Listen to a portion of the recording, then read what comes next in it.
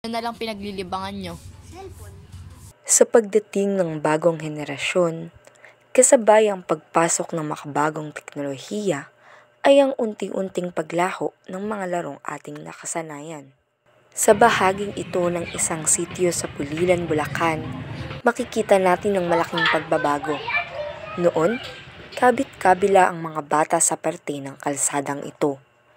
Ngunit sa ngayon, mayroon na lamang naiilan ang mga naglalaro rito. May epekto nga kayang hatid sa kasalukuyan ang pagdating ng mga games online? Ano yung mga outdoor games na naranasan mo na laruin? Mga babaran, habulan, taguan. Yun. Masaya ba maglaro nun? Yes.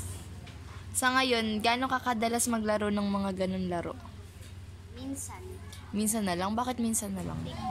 Kasi wala lang. Wala lang. Anong ginagawa mo ngayon? Saan ka ngayon naglalaro? Ngayon, sa mga cellphone. Yun na lang yung nagiging libangan mo. Kapag ka di ka naglalaro sa labas ng bahay. Yung mga kaibigan mo ba naglalaro pa rin ng mga laro sa labas ng bahay? Mga outdoor games? Ganun? Yung iba lang. Yung iba hindi na rin.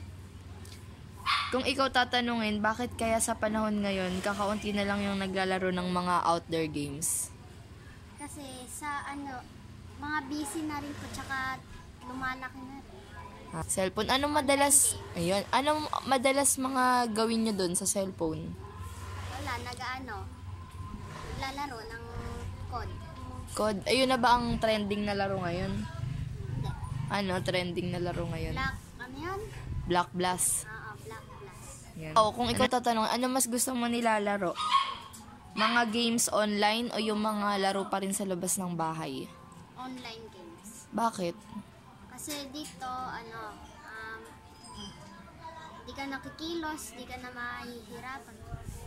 Kapag online games? Di ka pa mahiga. Bakit sa tingin mo mas madali laruin yung mobile games?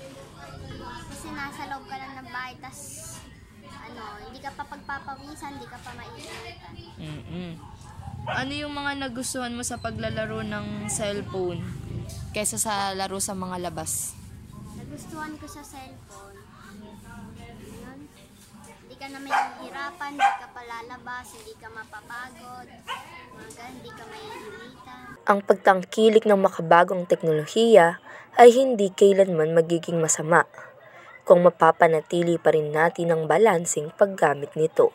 Ngunit gayon paman, naway higit nating asamin na mapanatili ang mga larong nakasanayan natin hanggat hindi pa ito tuluyang nabubura sa buhay ng makabagong henerasyon. Wala kang sports ngayon.